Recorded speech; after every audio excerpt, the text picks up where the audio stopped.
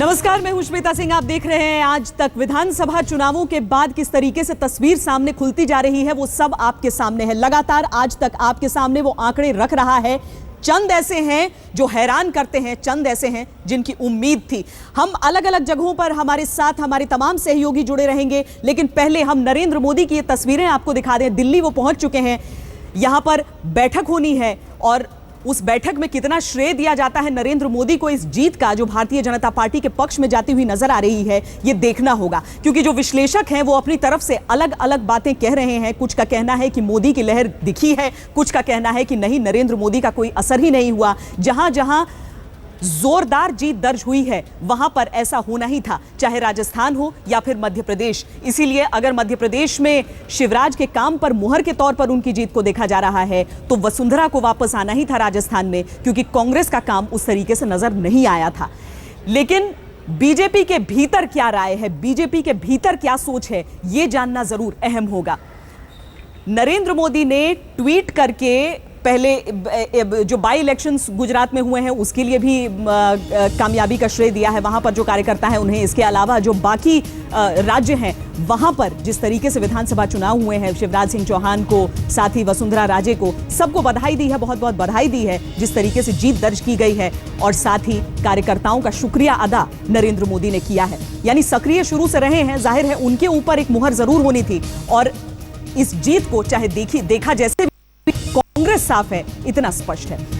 हमारे साथ हमारी संवाददाता रीमा पराशर इस वक्त कांग्रेस दफ्तर, बीजेपी दफ्तर से जुड़ रही हैं, जहां पर नरेंद्र मोदी पहुंचे हैं। रीमा, मूड बीजेपी के भीतर है क्या? क्या नरेंद्र मोदी को इसका श्रेय दे रहे हैं, जिस तरीके से बीजेपी को कम से कम 2 राज्यों में भारी बहुमत से वो जीतते हुए दिख रहे हैं, और छत्तीसगढ़ में जिस तरीके से नेक इन नेक फाइट चल रही है, और साथ ही दिल्ली में जिस तरीके से कम सिंगल लार्जेस्ट पार्टी के तौर पर नजर आ रही है बीजेपी?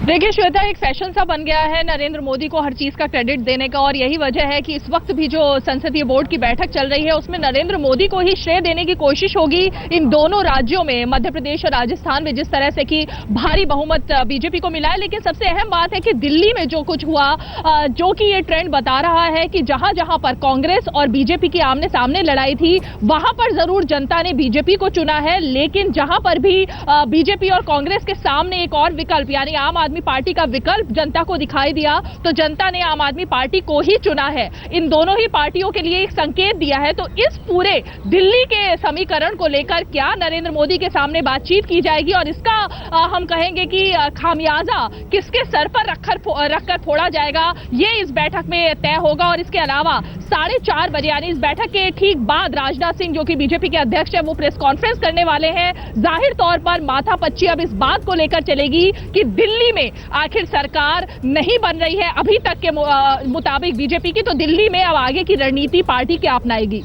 क्योंकि रीमा, आंकड़े से समीकरण साफ हो जाता है। आपके साथ आम आदमी पार्टी ने मना कर दिया है कि वो आएंगे नहीं, कांग्रेस पार्टी आपके पास आएगी नहीं। नरेंद्र मोदी को यहां पर चाणक्य की तरह से देखना होगा क्या जुगत वो यहां पर लगाते हैं, क्योंकि 33 सीटों के साथ तो किसी भी लिहाज से भारतीय जनता पार्टी अपने दम पर सरकार बना नहीं सकती है। लेकिन चूंकि सबसे बड़ी पार्टी है, सबसे पहला निमंत्रण न्योता उनको ही यहां पर जाता हुआ दिख रहा है। आम आदमी पार्टी, कांग्रेस भी हाथ नहीं मिलाएंगे। बहुत पेचीदा है और इस पर लगता है माथापच्ची लंबी भी चल सकती है।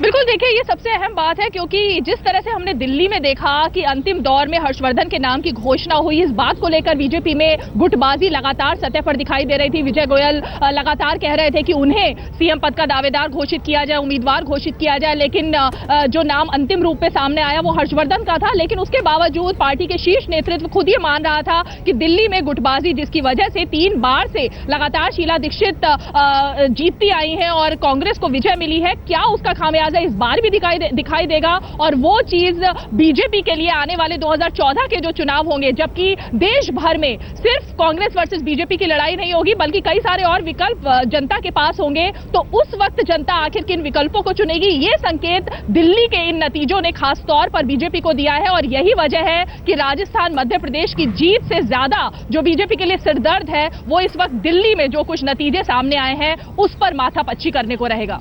बहुत बड़ा दांव यहां पर दिल्ली में था। नरेंद्र मोदी का फैसला जो नजर आया था, विजय गोयल बहुत दिनों से, हालांकि आधिकारिक तौर पर अनाउंस नहीं किया गया था, लेकिन दांव किसका लगा था वो समझ में आ रहा था। विजय गोयल अपने आप को दिखा रहे थे कि वो मुख्यमंत्री पद के उम्मीदवार हैं, लेकिन अचानक हर्षवर्धन को आखिर मौके पर वहां पर रख दिया गया। ईमानदार छवि की बात थी। आज अगर 33 का आंकड़ा देखते हैं, यानी कि आप बहुमत से दूर हैं, तो इसके पीछे हर्षवर्धन को लगाने का दांव था, या फिर कि 33 भी आ गए, या फिर उसके बावजूद ये आया है? क्या यहां पर कोई गलती भी तलाशी जाएगी?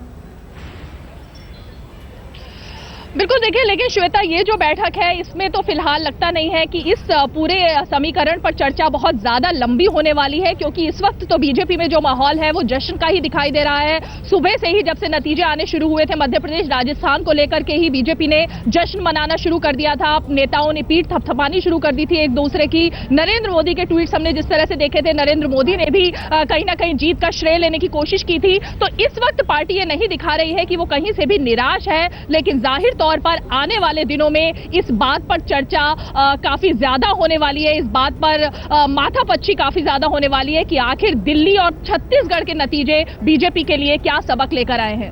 शुक्रिया रीमा इस पूरी जानकारी के लिए। रीमा पराशर हमारी संवाददाता हमें ये सारी पूरा ब्यौरा दे रही थी। नरेंद्र मोदी दिल्ली पहुंचे हैं और शाम में एक प्रेस कॉन्फ्रेंस भी होने वाली है। देखना है उसमें कि कितना श्रेय नरेंद्र मोदी को दिया जाता है। हालांकि मुमकिन है ज्यादा ही दिया जाए, क्योंकि न सिर्फ इन 4 राज्यों के चुनाव थे, बल्कि वो आगे चेहरा है पार्टी का 2014 के लिए।